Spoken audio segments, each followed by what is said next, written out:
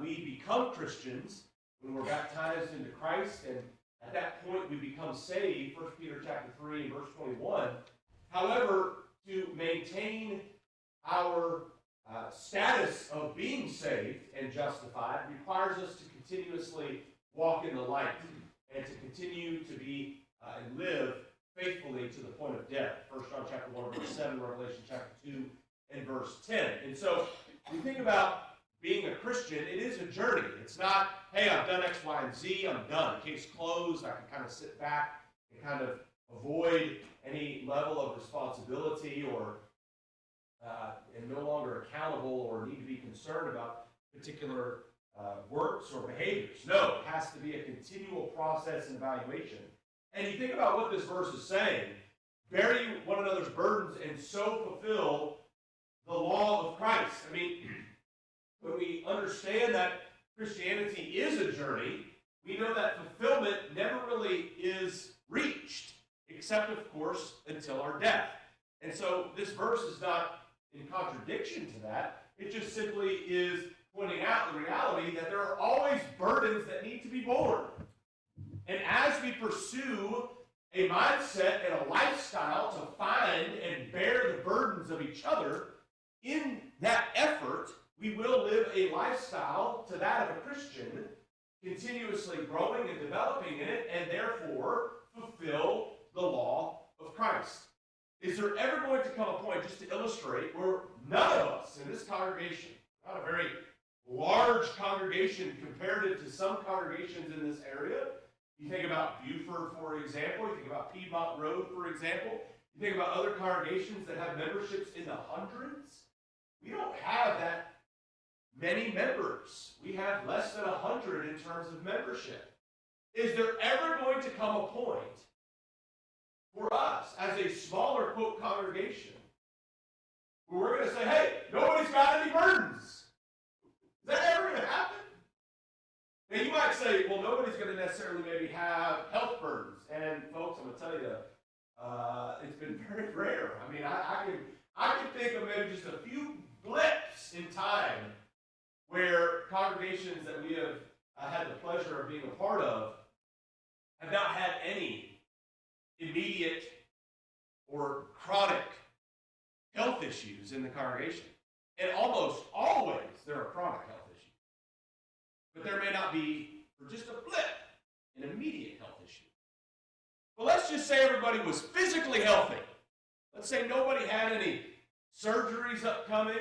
Nobody had any kind of medical concerns and life-threatening illnesses or chronic illnesses. Let's just say everybody that was a member here of this congregation did not have health issues.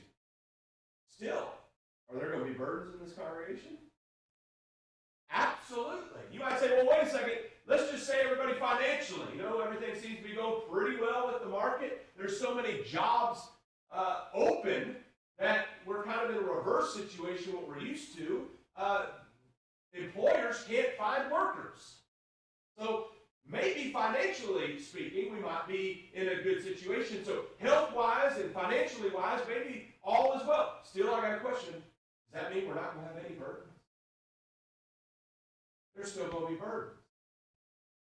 There might be emotional burdens. There might be burdens in terms of circumstance. In other words, you might have some newlyweds in the congregation. You might say, newlyweds? They don't have any burdens. Oh, just give them a couple months and they're going to start to experience some friction there a little bit. Doesn't mean that they're not going to still have the mindset. We tell our neighbors, we're walking down the street and holding hands, and our neighbors will call out, get a room! And we'll call back and we'll say, newlyweds for life. We're just holding hands. I mean, we're just walking down the street. But, to a lot of folks, that might seem odd. Marriage as it goes on, and maybe that romantic lifestyle and intimacy and care for one another starts to fade away. And sometimes it only takes a few months. What about children? What about young families? What about newborns? What about teenagers? I got a question. Are burdens present? What about even grandchildren? Are burdens present? Here's the thing.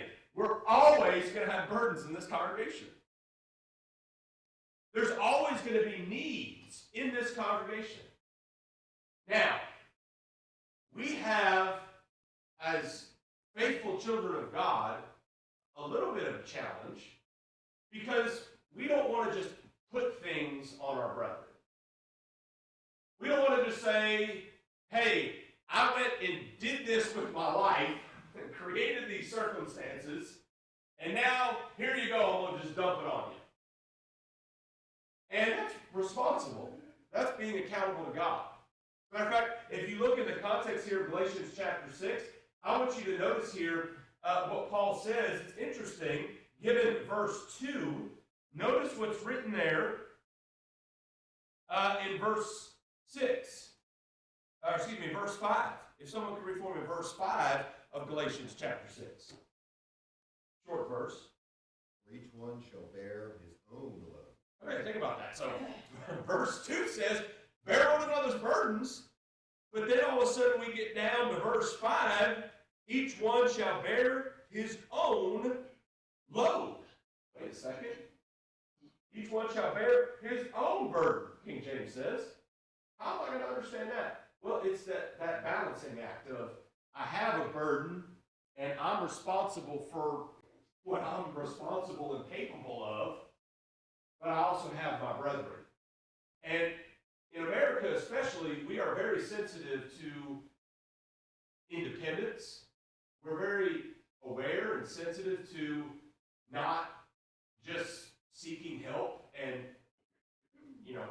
expecting others to take on our responsibility in terms of just our overall society and how the country's been built. It's been with that ideal. And that's a positive thing. But at the same time, it can be taken too far to the point where we don't tell our brethren, I'm struggling. I have challenges. I'll never forget, I'll come to you in just a second, but I'll never forget going into a congregation where a preacher had been there for quite some time. He was highly respected. He's an excellent speaker. He has a well-known family.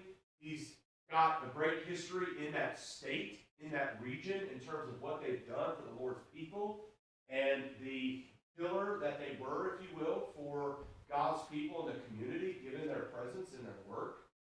And I'll never forget coming into that congregation on one particular, this Sunday, I believe it was, Sunday morning, and, he was talking with some brethren, and someone said, how you feeling, how you doing? And he just said, it's just not been, not doing so great. Not been. He was clear about it. It's been a tough week. Well, there are some preachers, some brethren who, they never will say that. They never will let anyone know anything, because that shows weakness, they would think, or that somehow absolves them of their independent responsibilities and accountability. And again, that's a tough balance to strike. But the point here that we're making initially is we're always going to have burdens in the congregation, whether we know them or don't know them. And part of the reason why maybe we don't know them is because of verse 5. Go ahead, brother.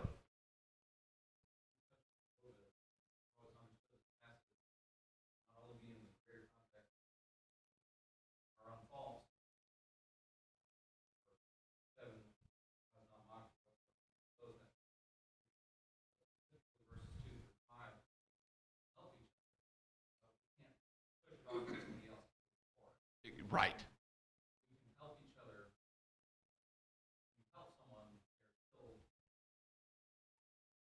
part of it. Yours, care. Correct. We're supposed to go together.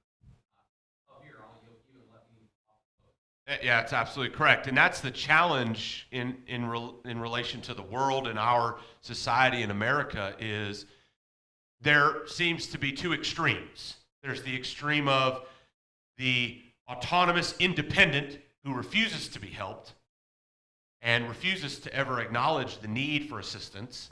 And then there tends to be the one who you can help and help and help and help, but what happens? They just don't seem to want to help themselves. They don't even acknowledge the fact that this is their responsibility. And they're just kind of counting on everyone else to help them. And what we have in the church is an effort where we're trying to strike that balance. Where we're trying to say, hey, I have a responsibility. I have to take care of my own areas of life and not just dump this on other folks, but at the same time, I need to be humble enough to say, you know what, I need some assistance. And by the way, sometimes that's just talking about it. It's just saying, I'm not telling you that I need this particular area addressed and I need you to be activated to take care of it for me. I just need to talk about it. I'm just overwhelmed right here. Go ahead.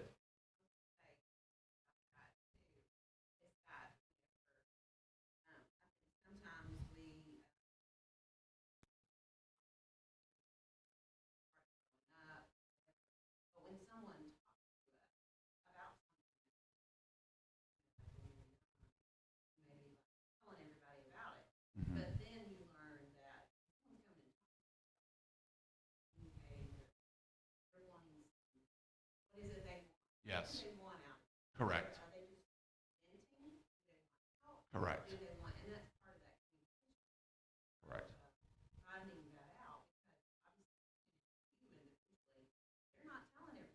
Sure. Sure. Sure.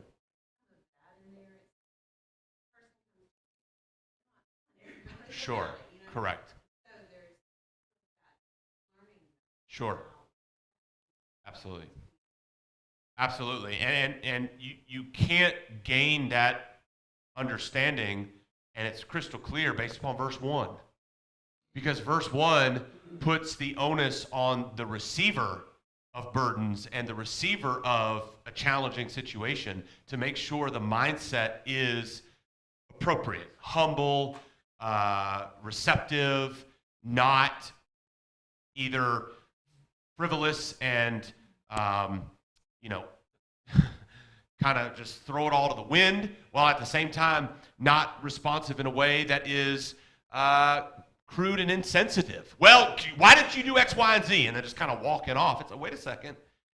You have a responsibility here, and there should be a level of maturity where you're able to navigate this situation and respond in a way that is sensitive and also aware of your own plight. Again, reflect back a little bit on last week. Remember, I said a lot of these weeks, as we're getting into the one another type lessons, are going to intersect love one another. And we talked a little bit about forgiving one another. And obviously, we're going to have an entire week on that. But being sensitive of even our own situation. Last Sunday morning, we looked at the fact that, hey, we're all beasts without Christ. And we have to be reminded sometimes of our own beastly state in order to love other beasts. And when you're aware of the fact that someone's coming to you with a burden or an issue, it's real easy to be critical and to be quick to say, well, why didn't you do this? And how come you did that? And why didn't you think of this? And, we want to kind of pounce on them like there's some kind of issue with, wait a second here. What if you were in their spot? How would you want other folks to respond? And to your point, they're coming to you in confidence, trying to look for comfort, for guidance, and for some type of confidentiality, so that you don't just kind of, throw it all to the wind. Any other comments before we dive into the lesson specifically? Go ahead. Well, I want to say that because we were wondering why our brother went over to Ukraine. Mm-hmm. Well, I saw this. It was a short news thing. This ex-military guy is trying to get a bunch of ex-military because we don't want to send troops over there and Right. start a world war. And he sounded like a Christian to me. Mm. He said, we need to help our brethren over there in this war because they've never had to fight. They don't understand all this stuff. And he was trying to get other ex-military men to go over there, and even women. He said even women could help the women over there that can't get out and stuff. And that's why it just, Yeah. and we were helped when we were trying to become America, Sure. independent, Mm-hmm. the United States. And that really got to me. Mm-hmm. And I think maybe that's why our brother went over there. Maybe he saw that. Sure. Maybe he knew some of these men that were wanting to go over there. And they were saying, we're not going over there just to fight. Right. We want to go help these people. Yeah, and it's a difficult thing because a lot of us, I think, would sit back in a situation like that and say, I would never do that. What is this person doing? And it reminds me a little bit of what I challenge Hannah about as she's in the kitchen slaving away. And I say, why don't we just order takeout or something? I mean, what are we doing? I mean, this is so much work. And a lot of it boils down to she sees a need, and she has a certain skill set and a certain interest and a certain ability to do certain things. Says, hey, I'm gonna take care of this. Whereas from my perspective, I'm like, look, that is that's a mountain way too high to climb. If we're gonna, have cupcakes or cinnamon rolls, we'll just save money probably and definitely save energy and time. Let's just go to the store and buy the pre-made stuff. But hey, I can do this. This is something I can take care of. This is a way in which I can serve and address. And you're right, and that's why, and that's a great actually example of someone identifying maybe a need that others has, trying to answer it, and us then realizing, well, wait a second, now you have needs. And it's a challenging thing, and it's a tough line to walk, and there's no easy answer, and so just an appropriate mindset is necessary, which we can sometimes struggle to get to, but it takes contemplation, it takes pause. If someone's coming to us with an issue, it's a bad practice to knee-jerk reaction and impulsively respond right there. Even if we think whatever they're bringing to us, hey, it's your own fault, you make your bed, you sleep in it kind of deal.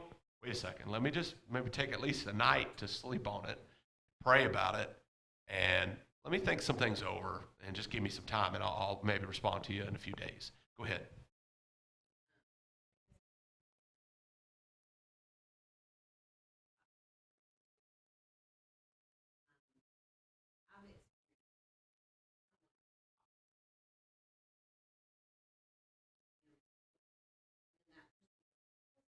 Mm-hmm.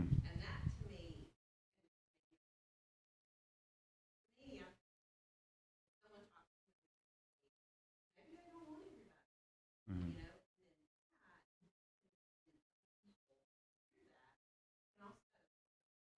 Mm-hmm. Right. Sure.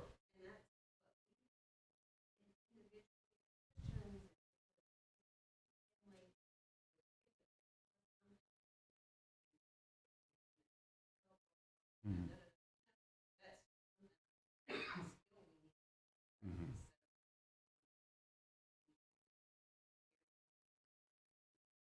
Mm-hmm. Mm-hmm. Mm-hmm. Mm-hmm. Sure. Sure. And a lot of it goes back to that rule we typically call the golden rule, Matthew 7:12, where if you just kind of go back to, well, how do I know whether or not I should X? Wait a second. If you were bringing this and it was some kind of hornet's nest of a situation, think about it. How would you want that to be dealt with? And if you just take that into practice, if at a minimum you say, hey, you told me this, I know someone who might be able to help, and that would be my reason and intention behind it. Would you be okay if I share it with them or something like that? It's just being, again, sensitive to, hey, if I was in their shoes, how would I want this information to be trafficked or not trafficked at all? Go ahead.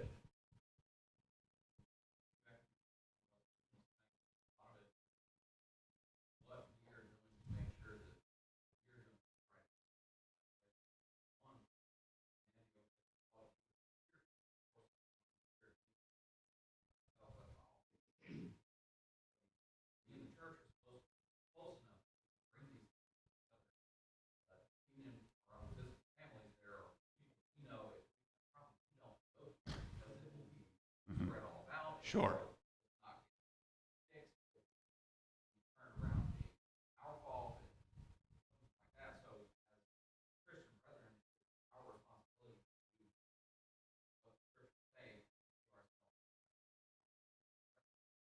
What are we doing? One, coming to us, problem. Two, do come to us. How are we reassuring? Yes. Sure. Sure. Sure. Amen. Any other comments or thoughts? Go ahead, brother. I think the combination of the two scriptures where it talks about carrying your own burdens and also carrying the burdens of Christians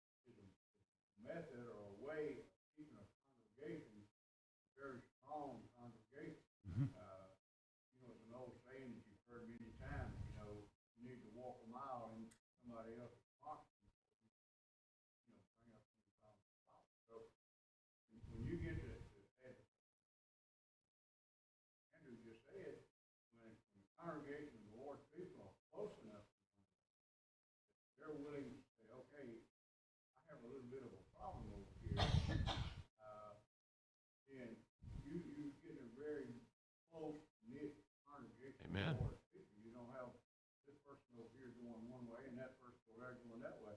So I think that teaching me here is, even though we're told to bear our own burdens, we need to be aware and be able to help someone else and let the congregation or the people around us know, hey, I can go talk. Right. And, but on another side of the coin, if somebody does come to you, don't make snap judgments. Right. Right. You need to really stop and think about it because, you know, even in marriages, Right. you know, you talk about Hannah and her cooking or whatever, you may really enjoy that. Right. And, you know, and it's something you say, well, it'd be a whole lot easier to go out to the store and get a sandwich. Right.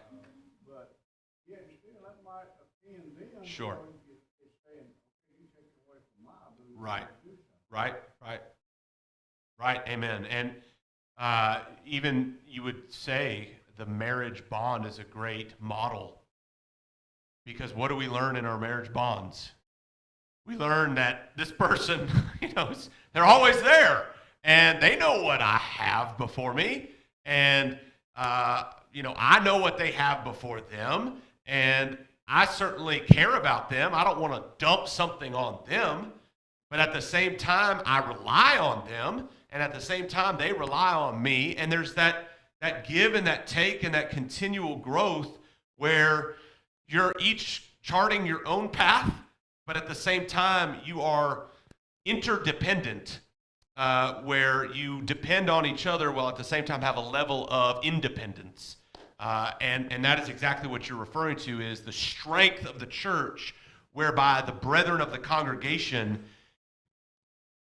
we're bound to each other here, brethren. I mean, we are members of each other. We have made a decision to bind ourselves together under Christ, under the authority of this eldership of this congregation, and are being shepherded to continuously care for each other. And as we go through this process and through life, we are fulfilling the law of Christ. There's no end. It continuously matures. Go ahead.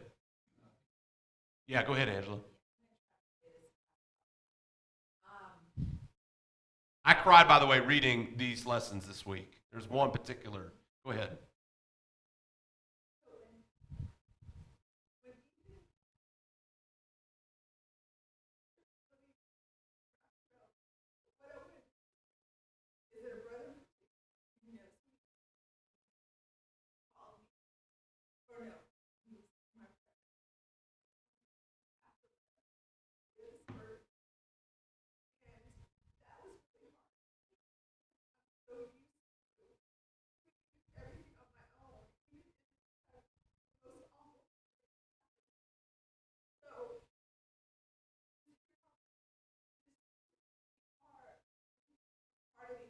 Mm-hmm.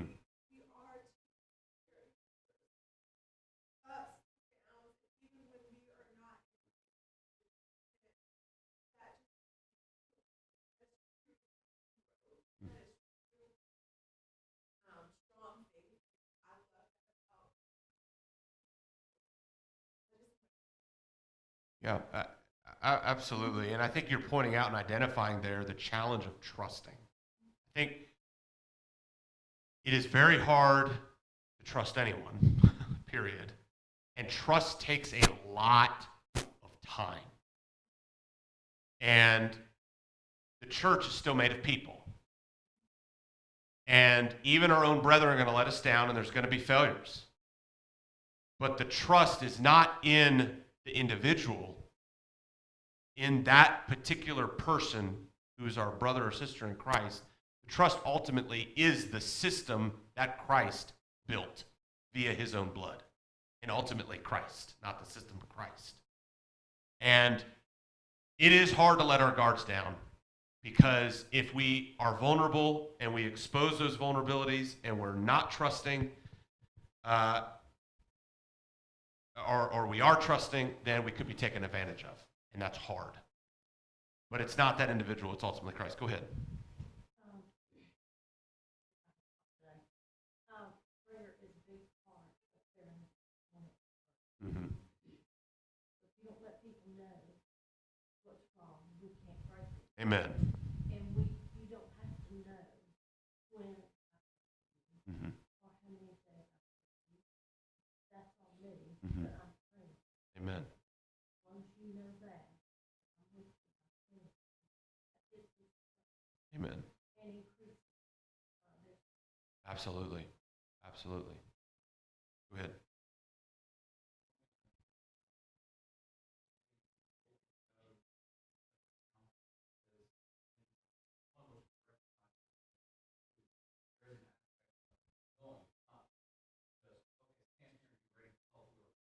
Mm-hmm.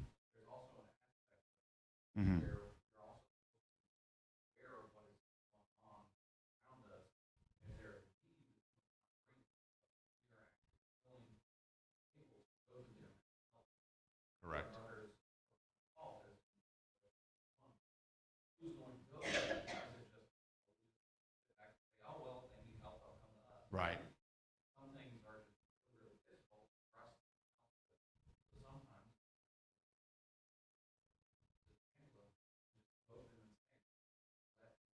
Right. Right.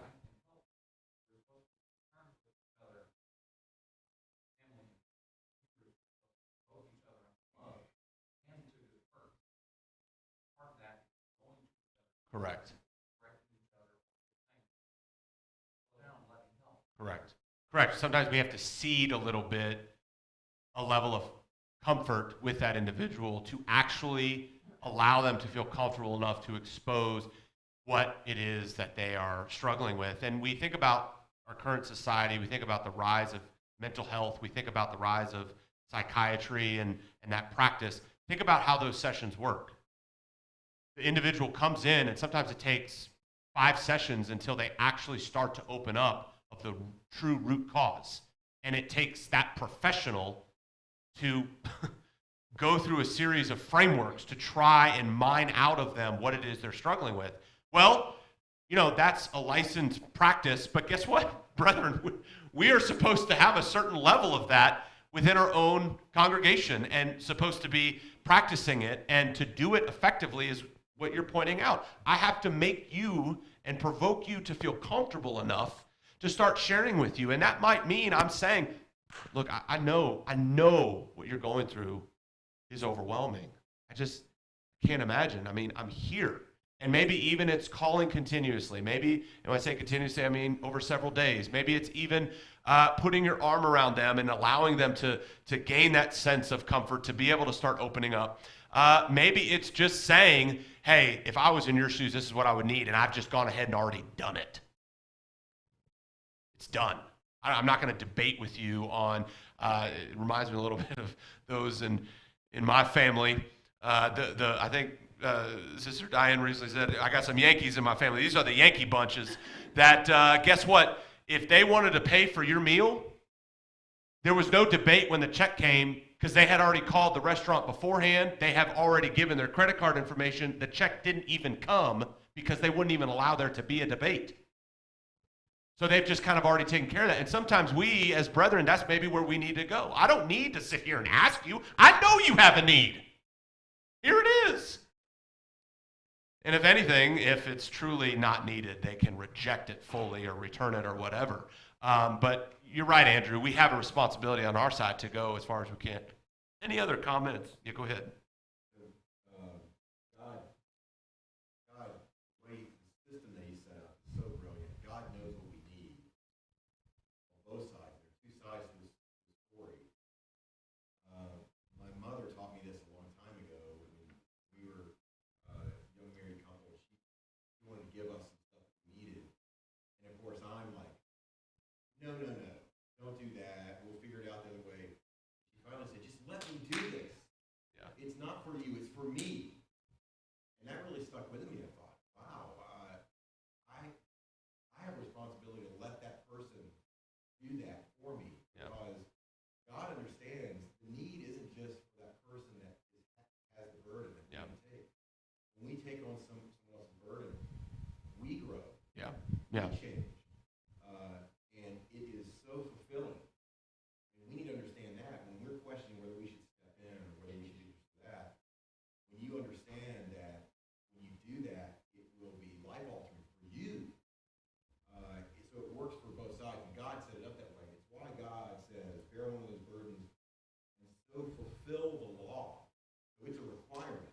Yeah. God makes it a requirement. Well, some in the world would say, oh, how restrictive. He's forcing you to. No, he knows it's good for us. Yeah. It's good for us to be on both sides. Yeah. Both sides gain immensely from that. It's no different than saying teaching. When you teach, you learn more than your student. Right. But there's a lot more work involved. Right. Right? Amen. But how Right. much more are you fulfilled by doing that? Right. It's baseline to growth as a Christian and becoming like Christ. It's really, really important. And it's very hard for us as human beings to look at that person that wants to help give you time, or give you money, or help you in any way. And your immediate human feeling is, I'm putting that person out. I feel guilty. But that person needs it. Mm-hmm. That person is desiring it because they know they will grow, Mm-hmm. and you'll grow together. Mm-hmm. Really, really important. Mm-hmm. Mm-hmm. Yeah, and you talking through that made me think about, to your point, the benefit of the one providing the care in helping the one that has the burden. It's more blessed to give than to receive.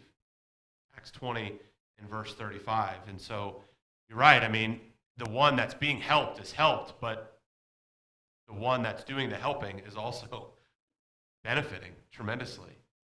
Go ahead.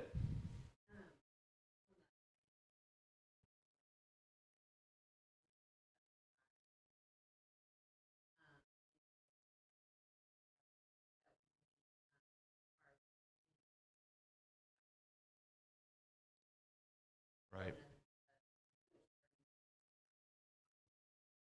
Verse 1, where it see if they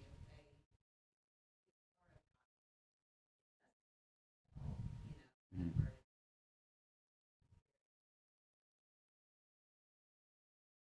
about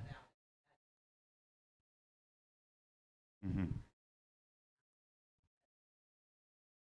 Mm-hmm. Mm-hmm. Mm-hmm. Mm-hmm. Yeah. Yeah, throughout the process, there's growth opportunity in ways that maybe we don't even immediately think of, where the one helping might be corrected or challenged in the process because the relationship is being developed. And, you know, to kind of go back a little bit to what Larry was even saying, when we take something from someone else, we automatically, instinctively as humans, is kind of what you're referencing, feel now a responsibility to that person. We've now become, in many ways, from a practical standpoint, we have become an accountability partner with that person. In other words, now all of a sudden, if I'm not at service, or if I am not faithful, or if I'm doing this or that, wait a second, what would so-and-so think? They've just helped me. And now, I'm now contemplating that. So if I'm, to Andrew's point about identifying, the one who is spiritual, taking action, again, what an opportunity, because now those that are spiritual, that are focused and fixated and faithful and are in a position to assist, now the ones that are being assisted are going to, in their minds, filter through and contemplate the one who assisted them. What would they think? I don't want to let them down. How much have they helped me in my life? Who am I to not be the Christian I should be? So it really changes. Go ahead, brother, and then wrap.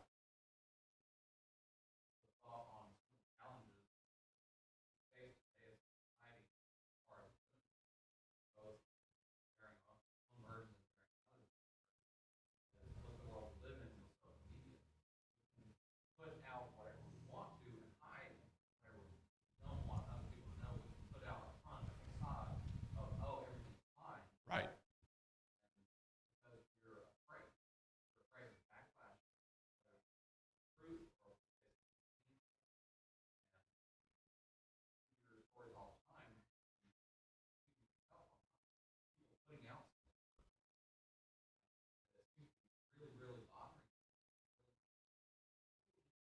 Sure. Sure.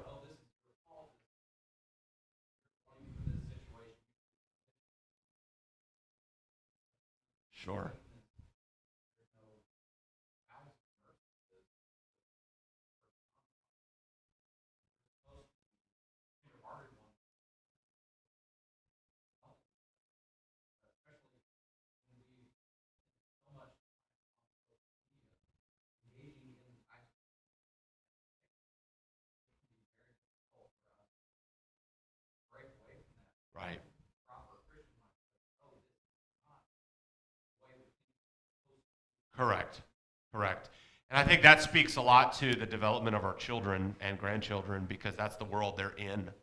And they are surrounded by that continuously and being brought up with a worldview and interactions that a lot of us maybe for our entire life have never been exposed to. But it's